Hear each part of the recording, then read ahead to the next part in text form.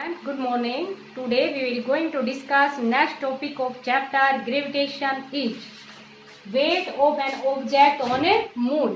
कि कोई भी जो ऑब्जेक्ट होता है उसका वेट है वो मून पे कितना होता है। तो जैसे कि हमने एक्सेलरेशन ड्यू टू ग्रेविटी के बारे में आपको बताया था कि एक्सेलरेशन ड्यू टू ग्रेविटी की जो वैल्यू होती है वो 1/6 ऑफ अर्थ होती है मून के ऊपर। इट मीन्स वेट भी हमारे पास क्या हो जाएगा 1/6 ही रहेगा ना, क्योंकि मास तो हमारे पास कांस्टेंट होता है और वेट क्या होता है m into g. It means mass constant, acceleration due to gravity on moon is 1/6 of earth होती है। तो अब हम यही दिखाएंगे आपको, मीन्स यही शो करेंगे कि weight of an object on moon is 1/6 of a earth. जैसे कि मान लीजिए किसी भी ऑब्जेक्ट का वेट अर्थ के ऊपर 36 है तो मून के ऊपर कितना होगा 6 kg होगा। तो यही अभी हम ये डिस्कस करेंगे। तो देखो यहाँ पर हमारे पास क्या है, wait of an object on a moon. तो हम मान लेंगे कोई भी एक ऑब्जेक्ट मान लिया जिसका मास हमने कितना मान लिया m मान लिया, वेट है ऑन द मून उसको हमने रिप्रेजेंट कर दिया WM से, और मास ऑफ द मून है उसको हमने किससे रिप्रेजेंट कर दिया m into m, capital M into M means mass से रिप्रेजेंट कर दिया, और रेडियस ऑफ मून है उसको हमने किससे रिप्रेजेंट कर दिया RM से रिप्रेजेंट कर दिया। समझ आ गया बेटा? पहले आप समझ लो, उसके बाद में जब भी आपको कोई भी वीडियो प्रोवाइड की जाती है तो पहले वीडियो को आप एक बार समझा करो, अंडरस्टैंड किया करो, उसके बाद में सेकंड टाइम आप अंडरस्टैंड करते हुए लिखा करो। तो देखो यहाँ पर आपको बिल्कुल एज इट इज आपको नोट करना है, लेकिन पहले समझना। By applying the universal law of gravitation.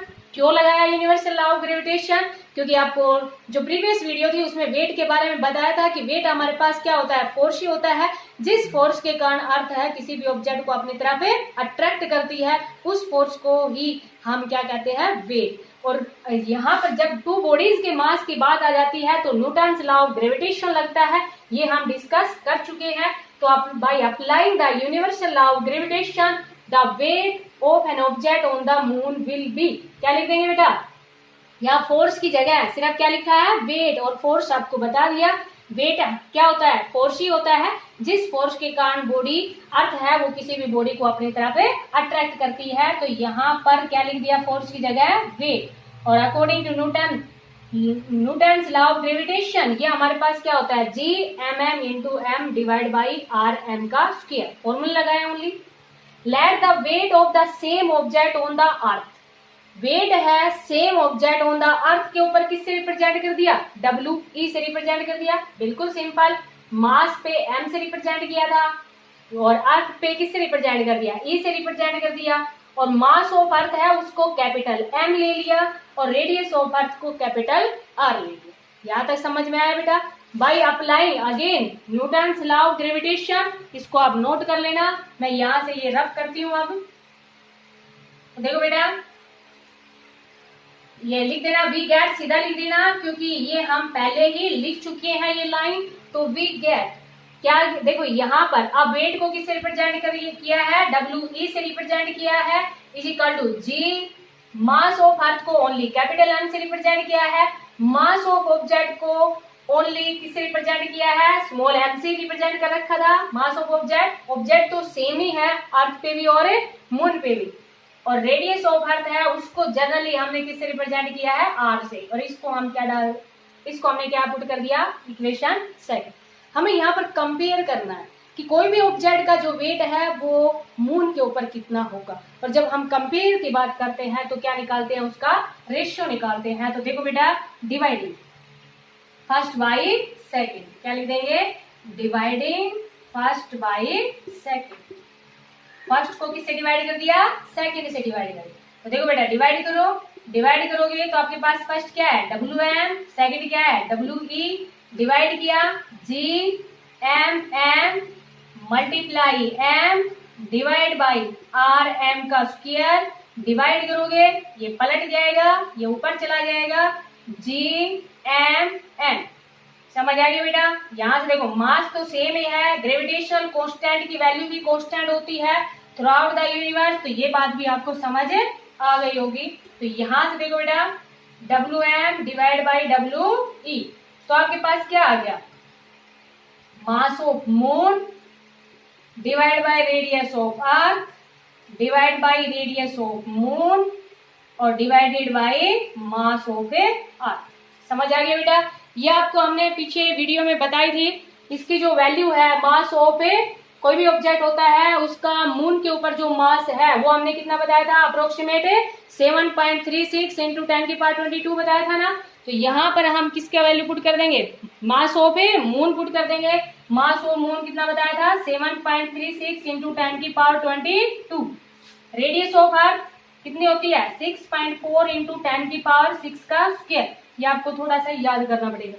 ये आपके पास क्या है, रेडियस ऑफ ए मून, और रेडियस ऑफ मून आपको कितनी बताई थी, 1.74 इंटू 10⁻6 का स्क्वायर। और ये हमारे पास क्या है, मास ऑफ ए अर्थ, और मास ऑफ अर्थ है वो कितना होता है, 6 इंटू 10⁻24। समझ आ गया बेटा?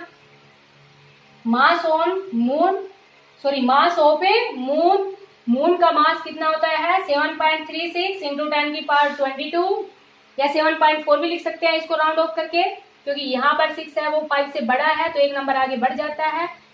इंटू रेडियस ऑफ अर्थ कितनी होती है, 6.4 इंटू 10⁻6, इसका स्क्वायर था तो स्क्वायर कर दिया। यहाँ पर रेडियस ऑफ मून इतनी होती है, मास ऑफ अर्थ ये वैल्यू होती है। जब इसको आप सोल्व करोगे, काटने मत लग जाना बेटा, डायरेक्ट ध्यान रख लेना कि जब आप इसको सोल्व करोगे तो ये वैल्यू हमारे पास कितनी आएगी, 1/6 आएगी, नियरली इक्वल टू कितनी आएगी, 1/6। तो यहां से हम क्या कह देंगे कि weight of an object on earth is equal to 1/6 of weight of an object on a earth. समझ आ गया बेटा? कि अगर मान लीजिए अर्थ के ऊपर किसी भी ऑब्जेक्ट का वेट 36 किलोग्राम है तो मून के ऊपर कितना हो जाएगा, 6 किलोग्राम। तो यहां से हम क्या कहेंगे, weight of an object on moon is equal to, देखो आप इसको लिख लेना, नोट कर लेना बेटा, समझ आ गया होगा। तो देखो यहां से हम क्या लिखेंगे, अब wait of an object on moon is equal to 1/6 of weight of an object on earth। समझ आ गया बेटा? जैसे कि अभी आपको बताया कितना होता है, 1/6 होता है। तो ये था हमारे पास weight of an object on a moon, कि कोई भी ऑब्जेक्ट है उसका वेट मून के ऊपर कितना होगा। अब लास्ट टॉपिक बचा हुआ है इस चैप्टर का, उसके बाद में हम इससे जो रिलेटेड क्वेश्चन आंसर है उनके बारे में डिस्कस करेंगे।